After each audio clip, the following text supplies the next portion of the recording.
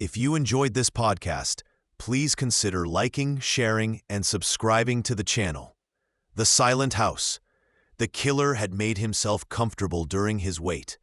Marshall Horton found 2 cigarette butts in the attic space directly above the parents' bedroom. The ashes were cold, suggesting someone had spent considerable time there before carrying out the murders. This detail troubled investigators more than anything else they discovered that morning. What kind of person sits calmly smoking while planning such violence? The cigarettes showed the murderer wasn't acting on sudden rage or desperation. He had watched the Moore family leave for church that Sunday evening, then broken in through the unlocked back door. For hours, he waited in the cramped attic space, listening to the family return home and settle into bed. The positioning of the bodies revealed another disturbing pattern. Each victim had been struck while sleeping, their heads covered with bedsheets or clothing after death. The killer moved methodically from room to room, ensuring no one could wake and sound an alarm. Most unsettling was the discovery that every mirror in the house had been covered with fabric or turned toward the wall. Why would someone take time to hide their reflection while committing murder? This strange ritual suggested the killer followed some personal code or superstition that investigators couldn't understand. The Ritualistic Killer. After killing 8 people, the murderer did not run away. Instead, they stayed in the house for hours, doing strange things that made no sense to investigators. They took clothes from dresser drawers and covered every mirror in the house. They also draped clothing over glass surfaces in doors and windows that had no curtains. Why would someone do this after committing such horrible crimes? The killer then went to each body and carefully covered their faces. They put sheets over the heads of Josiah and Sarah Moore. They placed clothing over the faces of all 4 children and the 2 Stillinger girls. These actions took time and showed no fear of being caught. The murderer moved through the house like they knew exactly where everything was located. 2 kerosene lamps were moved to specific spots in the bedrooms. One was placed at the foot of the parents' bed, the other near the visiting girls. The killer removed the glass covers and turned down the flames to create just enough light to see, but not enough to be noticed from outside. This showed they understood how the house looked from the street and wanted to avoid detection. Before leaving, the murderer went to the kitchen and took a 2-pound slab of bacon from the icebox. They left it in the living room next to a keychain that belonged to no one in the family. They washed their hands in a bowl of water and locked every door from the inside before departing around 5 in the morning, taking all the keys with them. The fractured investigation. The damage to the investigation began immediately. Within hours of discovering the bodies, hundreds of curious townspeople poured into the Moore house. They walked through rooms, picked up objects, and left fingerprints everywhere. By some accounts, over 100 people had trampled through the crime scene before County Coroner Dr. Lindquist arrived at 9 a.m. and ordered everyone out. The contamination was complete. Police had hoped to use fingerprint analysis, which was still a new method in 1912, but the evidence was ruined.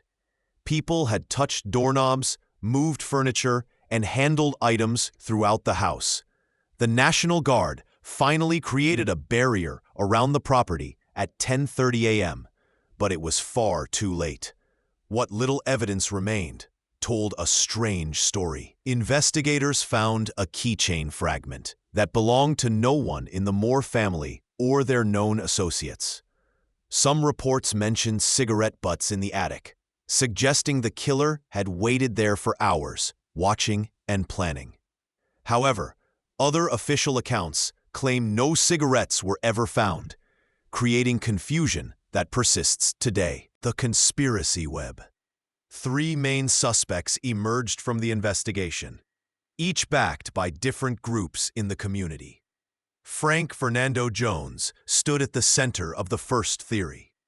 This 57-year-old Iowa state senator was a wealthy farm equipment dealer who had once employed Josiah Moore. Jones was also a prominent Methodist church member, which created a deep split in Villisca. The Methodists refused to believe Jones could commit such crimes. While Moore's Presbyterian friends grew convinced of his guilt, the motive investigators proposed was shocking. They claimed Moore had been having an affair with Jones's daughter-in-law.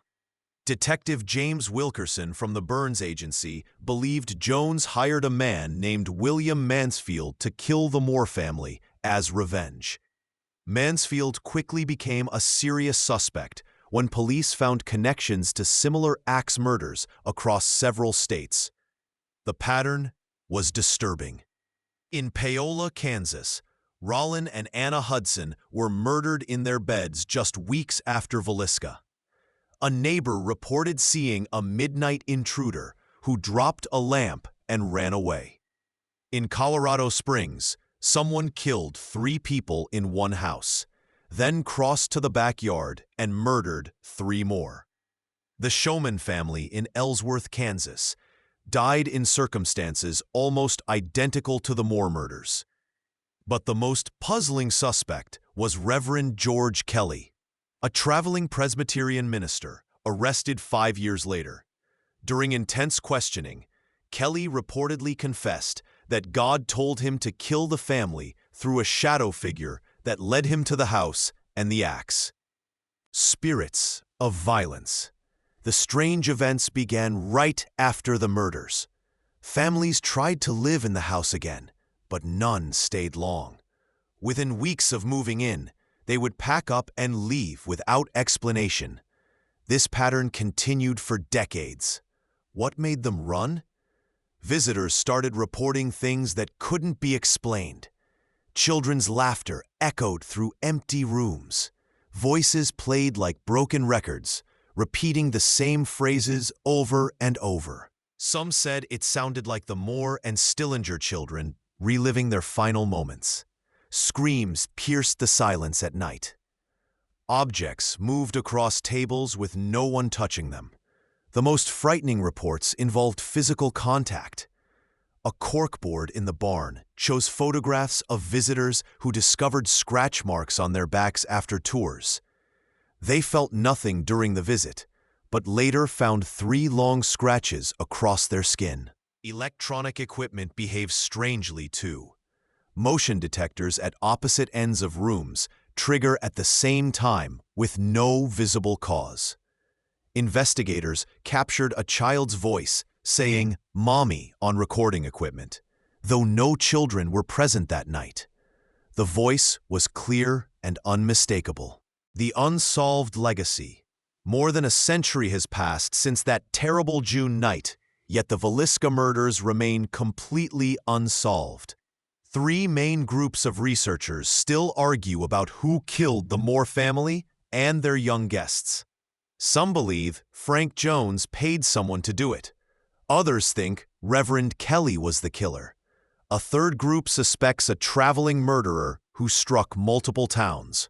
The problem is that none of these theories can be proven. When hundreds of townspeople trampled through the crime scene that morning in 1912, they destroyed evidence that might have identified the killer.